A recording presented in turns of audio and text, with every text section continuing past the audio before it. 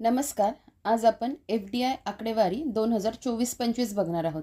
ही जी image आहे ती आदरणीय धनंजय मते सरांच्या टेलिग्राम चॅनलवरची आहे, स्वराज्य अकॅडमी. तर बघा, याच्यामध्ये आपण 3 गोष्टी बघणार आहोत. तर FDI मध्ये आघाडीची राज्य, ज्यामध्ये महाराष्ट्र प्रथम क्रमांकावर आहे, कर्नाटक द्वितीय आणि तिसऱ्या क्रमांकावर दिल्ली हे केंद्रशासित प्रदेश आहे. ठीक आहे. आणि इथे स्रोत लिहिलेला आहे बघा, PIBचा हा स्रोत आहे. बघा, FDI मध्ये आघाडीचं राज्य कोणते आहेत? पहिले 3. पहिलं महाराष्ट्र, दुसरं कर्नाटक, तिसरं दिल्ली. आता महाराष्ट्र प्रथम क्रमांकावर आहे, त्यामुळे महत्त्वाचं आहे आपल्यासाठी. आणि 39% हा आकडा पण तुम्ही नीट लक्षात ठेवा. त्याच्यानंतर FDI मध्ये आघाडीची क्षेत्रे, राज्यांमध्ये महाराष्ट्र प्रथम क्रमांकावर.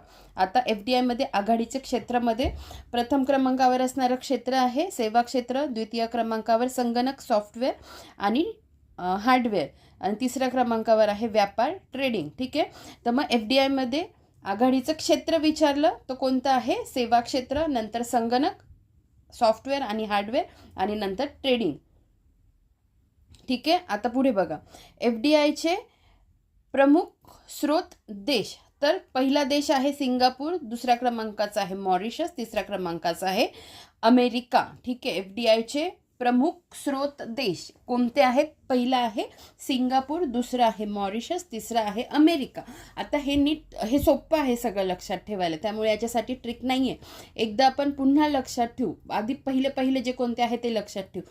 आघाडीचं राज्य विचारलं तर महाराष्ट्र, आघाडीचं क्षेत्र विचारलं तर सेवा क्षेत्र, आणि प्रमुख स्रोत देश आहे सिंगापूर. त्याच्यासाठी लक्षात ठेवा सीमा, सी फॉर सिंगापूर, मा फॉर मॉरिशस, आणि नंतर किंवा सीमा अमेरिकेला जाते, असं लक्षात ठेवा. Singapore, Mauritius, America.